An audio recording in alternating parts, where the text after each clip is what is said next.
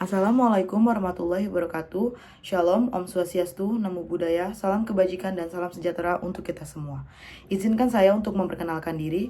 Nama saya Salsabila Nur Ajia Suyono dengan NPM 22120111652 dari kelas hukum kepailitan Perdata 1 dengan dosen pengampu Ibu Rilda Muniarti SHMH Certified of Mediator.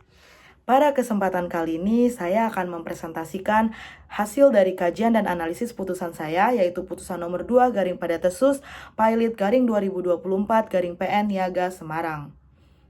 Untuk memenuhi ujian tengah semester mata kuliah Hukum Kepailitan Perdata 1.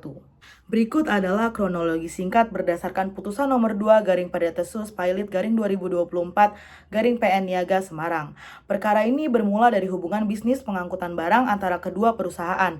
PT Dunia Transportasi Logistik sebagai pihak pengangkut akan menagih pembayaran jasa senilai 230 juta lebih kepada PT Cahaya Timur Garmindo. Karena pembayaran tak kunjung diterima meskipun telah disomasi, permohonan Pailit pun mereka ajukan. Dalam persidangan, termohon menyatakan bahwa mereka mampu dan telah mencoba untuk membayar hutang tersebut. Bahkan mereka membawa uang tunai ke pengadilan dan diserahkan kepada hakim. Namun pembayaran ditolak oleh pemohon. Kendati demikian, majelis hakim tetap menyatakan termohon Pailit karena menilai unsur-unsur pasal 22 Undang-Undang Nomor 37 Tahun 2004 telah terpenuhi secara sederhana. Selanjutnya adalah pihak pemohon dan termohon dalam putusan perkara Pailit ini. Pemohon atau kreditur dalam hal ini adalah PT Dunia Transportasi Logistik, perusahaan freight forwarding berbadan hukum yang berkedudukan di Jakarta Pusat. Perusahaan tersebut adalah perusahaan jasa pengangkutan transportasi. Lalu termohon atau debitur adalah PT Cahaya Timur Garmindo, perusahaan yang berkedudukan di Kabupaten Pemalang, Jawa Tengah. PT Cahaya Timur Garmindo melakukan pembelian jasa kepada PT Dunia Transportasi Logistik agar PT Dunia Transportasi Logistik ini mengantarkan barang mereka ke tujuan customer masing-masing.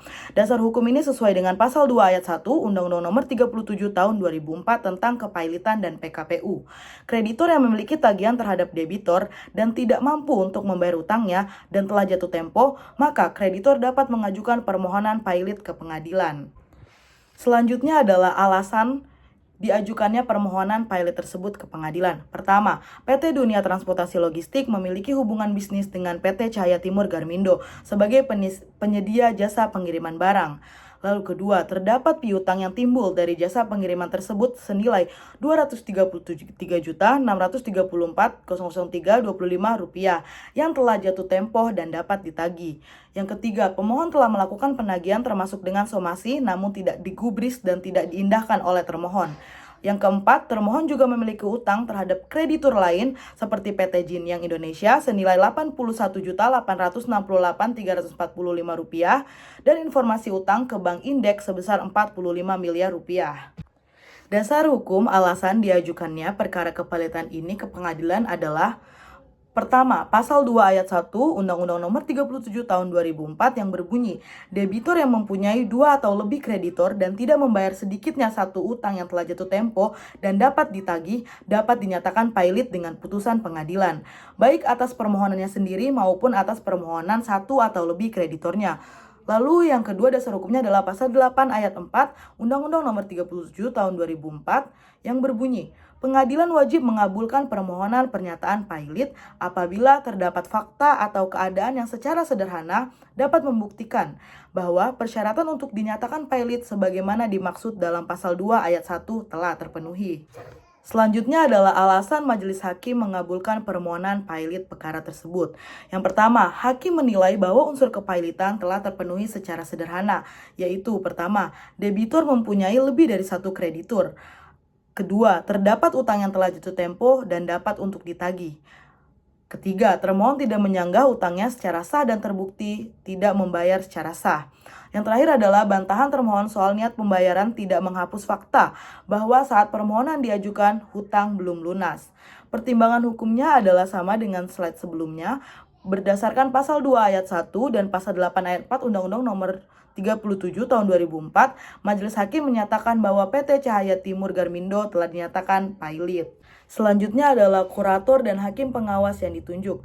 Pertama, kurator yang ditunjuk merupakan Muhammad Haidar Arbit SH yang telah terdaftar di Kemenkumham dengan nomor AHU strip 81 AH 0405/2023 pada tanggal 27 Oktober tahun 2023 dengan kedudukan hukum di Law Office Amri dan Partners Jakarta Barat. Yang kedua adalah hakim pengawas yang ditunjuk merupakan Haji Muhammad Ansyar Majid, SHMH, selaku juga Hakim Niaga Pengadilan Negeri Semarang. Hal ini juga berdasarkan hukum pasal 15 ayat 1 Undang-Undang Nomor 37 Tahun 2004. Dalam putusan pernyataan pilot harus diangkat seorang kurator dan hakim pengawas. Dasar hukum kedua adalah pasal 15 ayat 3 Undang-Undang Nomor 37 Tahun 2004. Kurator harus independen, tidak ada konflik kepentingan, dan tidak menangani lebih dari 3 perkara aktif. Selanjutnya adalah akibat putusan pernyataan pilot dan waktu berlakunya. Setelah PT Cahaya Timur Garmindo dinyatakan pilot oleh Pengadilan Niaga Semarang, berikut merupakan akibat hukum yang harus dijalankan PT Cahaya Timur Garmindo. Pertama, harta kekayaan menjadi bodol pilot yang dikelola dan dibereskan oleh kurator.